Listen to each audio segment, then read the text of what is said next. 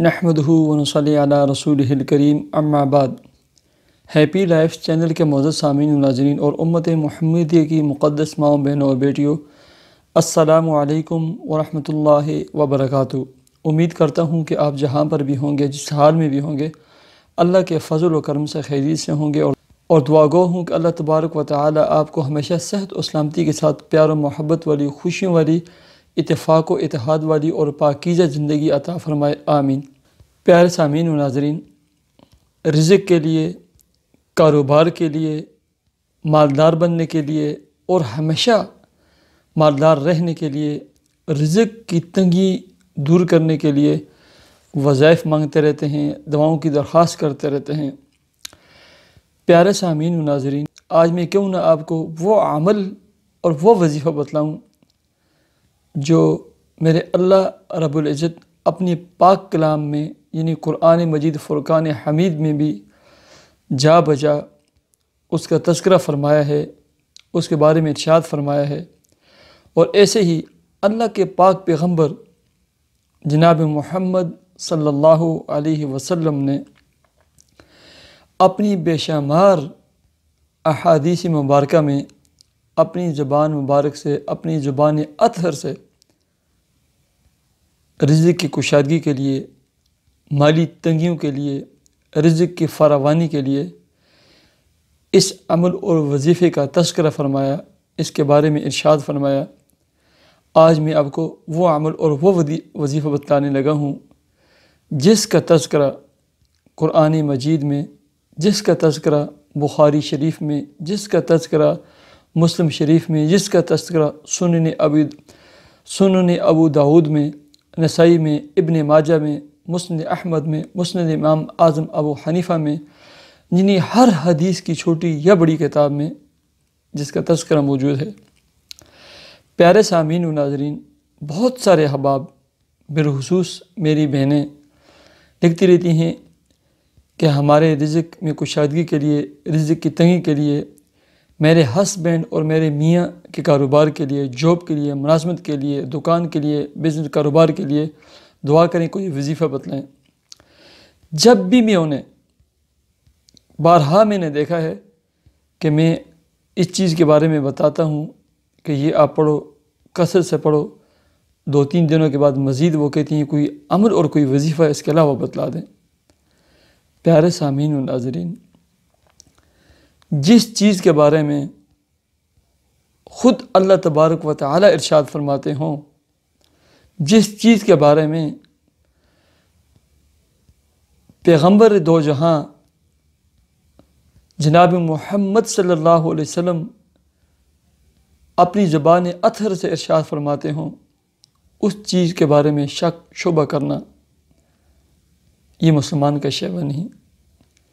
آپ کو وہ چیز قبول کر دینی چاہیے اور اس کو لازم پکڑنا چاہیے۔ چنانچہ وہ عمل اور وظیفہ کیا ہے؟ حضرت ابن عباس رضی اللہ تعالی عنہ کی ایک روایت ہے۔ حضرت ابن عباس رضی اللہ تعالی عنہ کی روایت ابو داود شریف میں بھی ہے اور ابن ماجہ میں بھی ہے۔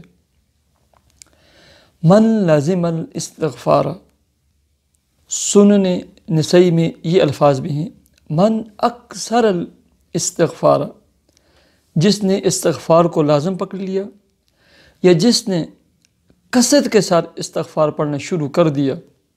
آگے الفاظ نوٹ فرما لیں، اس کے بعد آپ کی مرضی ہے آپ پڑھیں یا نہ پڑھیں۔ جعل اللہ لہ من کل ضیق مخرجا، اللہ تبارک و تعالی اس کے لیے ہر تنگی سے کوئی نہ کوئی راستہ اور کوئی سبیل نکالیں گے۔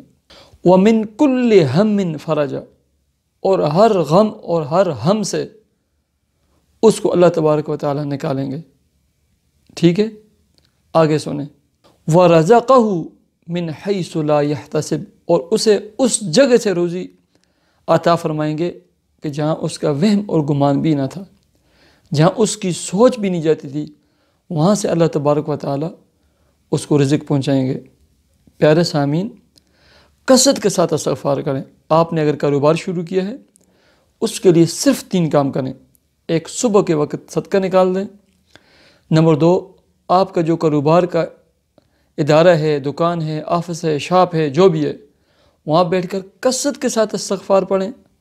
نمبر تین، اللہ تبارک و تعالیٰ کو اپنے بزنس، اپنے کاروبار میں پارٹنر بنا دیں۔